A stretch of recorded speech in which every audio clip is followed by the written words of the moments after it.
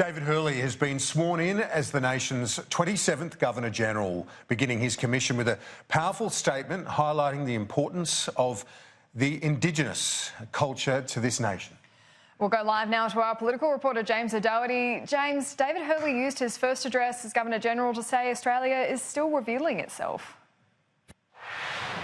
That's right, referring to a plaque dedicated to Australian author David Malouf, born of a Lebanese father, so very multicultural, famous Australian writer.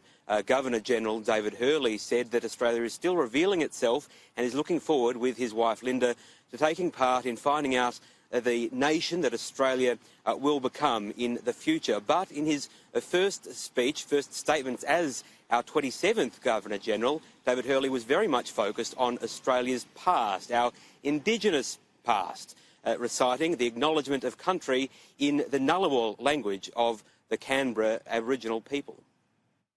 Having just, with permission, made acknowledgement of country in the Ngunnawal language, I acknowledge the traditional owners of this land in which we meet, the Ngunnawal people, and pay my respects to their elders, past and present, emerging leaders, and all Aboriginal and Torres Strait Islanders gathered here today. James, the ceremonial events haven't discontinued yet. We're going to hear again from the Governor-General shortly, as well as the Prime Minister and Opposition Leader. That's happening in the Members' Hall in about 10 minutes from now. But in terms of the comments that he's already made, he also gave us a bit of a sense of how he sees the Governor-General's role. Fairly expansive comments from the Governor-General after swearing the allegiance and taking the oath. Governor-General David Hurley is saying that he wants to be a Governor-General who helps bring Australians together, essentially saying a Governor-General's role is to show Australians some of the goodness in our country.